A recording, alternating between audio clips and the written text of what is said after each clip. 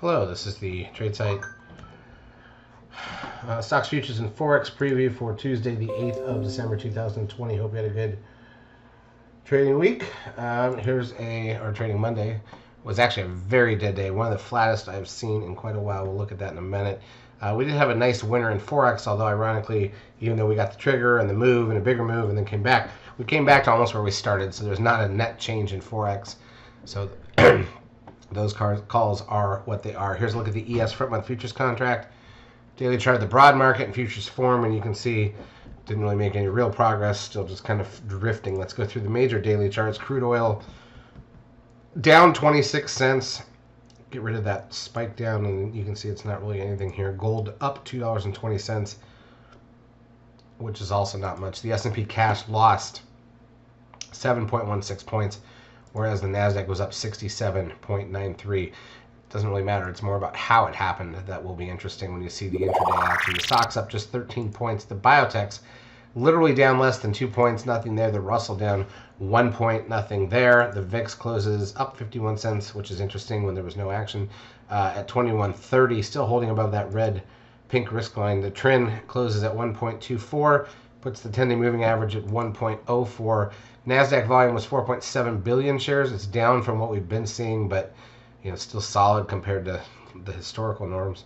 Advanced decline ratio on the NASDAQ, negative 161, so more stocks down than up, but just barely on the New York, negative 439, so a little bit more negative. Google loses $6.73. Apple up $1.50.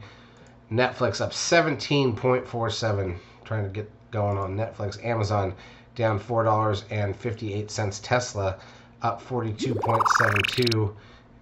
That S&P stuff.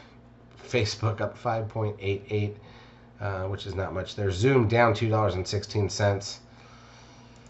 Goldman Sachs down $1.13. TLT, the 20-year bond ETF, up $1.40. The Dow is down 148. Put call ratio closes at 0.508, which is pretty low. All right, let's look at the intraday action for a minute here. Let's go. By the way, these are 10-minute candles. You can see the last week. Look how flat this has been. But let's focus on, that's usually something we look at over the weekend. Let's just focus on today. Because look at that. Look at Friday and how flat that was. And we get this, and you had a little turn up late. It's actually after the stock market closed, the last three candles of Friday. Get that spike up for a second. And then we got back down this morning. And look at that. Just, those candles, all the way until coming out of lunch practically, or at least mid-lunch.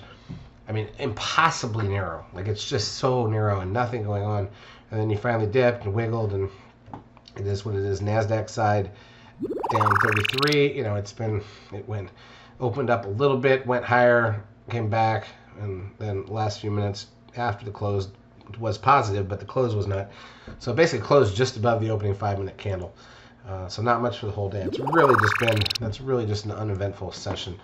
In terms of economic data coming out on Tuesday, there's not much. And we've got some bank holidays in Europe, like Italy and stuff like that. U.S. dollar, we got the NFIB Small Business Index at 6 a.m. Eastern Time, revised non-farm productivity and revised unit labor costs here in the U.S. at 8:30 Eastern Time. And that's it. Remember, there's still this whole week, then next week it's triple expiration, and then the week after we get in the holiday. So this should be good times, and we're just not seeing it yet. Last week was solid, but this week, bad start. Just boring more than anything. Charts as usual brought to you by eSignal. If you've not yet taken a trial of our services, feel free to do so. We will help you out for a couple of weeks. Have a great trading week, or trading Tuesday, sorry.